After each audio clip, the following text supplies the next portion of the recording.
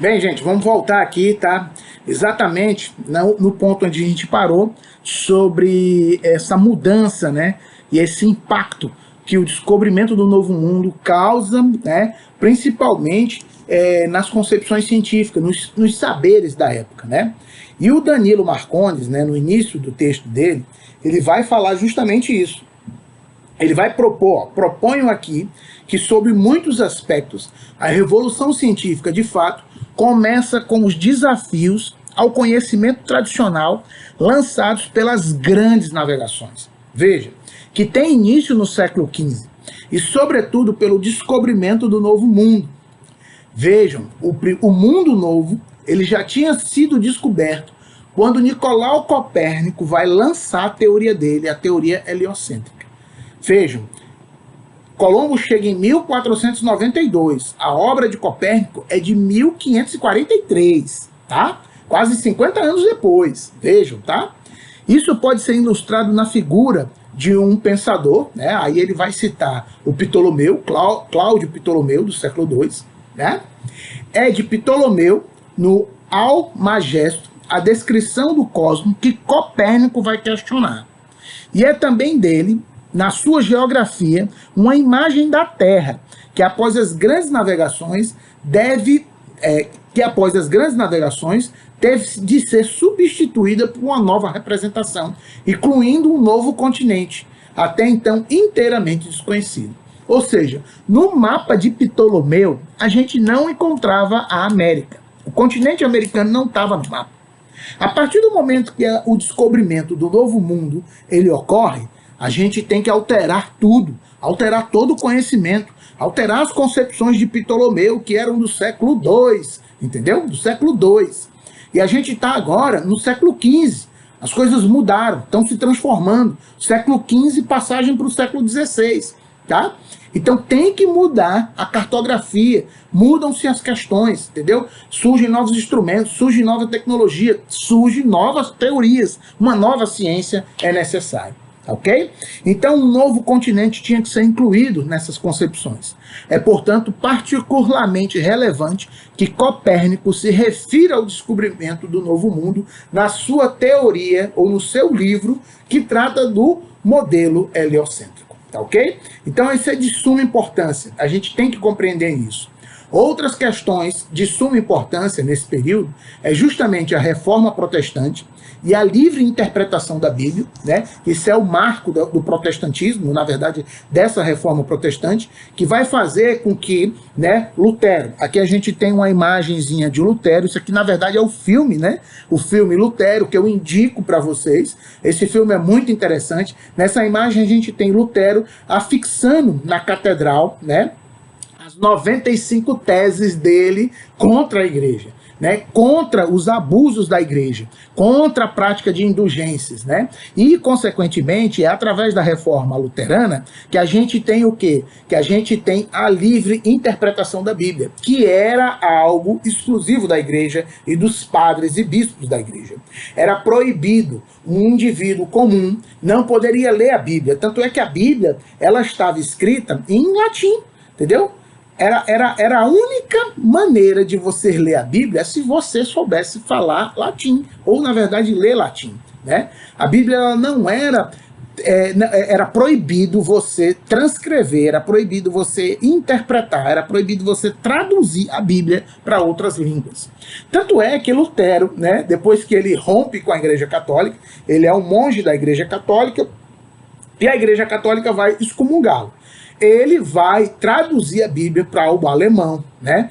E essa obra, ou na verdade essa Bíblia que ele traduz para o alemão, vai servir de base, entendeu? Para a construção da língua alemã moderna, tá? A língua alemã moderna, né, vai ser construída com base, por exemplo, né, na tradução da Bíblia que Lutero faz, do latim para o alemão. Então, a concepção da Reforma Protestante é um marco, faz com que a gente se liberte de uma interpretação errônea da Bíblia sobre, principalmente, o modelo geocêntrico, dizendo que a Terra era redonda, que a Terra era o centro do universo, que, na verdade, que o Sol se movia ao redor da Terra, tá? Por quê? Porque os padres da igreja, além de usarem a ciência aristotélica, usavam a Bíblia para confirmar o modelo de Ptolomeu, O modelo ptolomaico era confirmado também com as escrituras, com a Bíblia. E a Bíblia era a autoridade, né? Você não poderia contestar, né? Você não poderia ir contra ela, tá? Um outro grande acontecimento, grande transformação, é justamente o capitalismo, as transformações econômicas e, consequentemente, políticas culturais e sociais que vão nascer, entendeu, nesse momento histórico. Por quê? Porque uma nova classe, que é a classe burguesa, a burguesia, ela vai ser constituída socialmente nesse período histórico. E ela vai precisar, entendeu, também dessa nova ciência.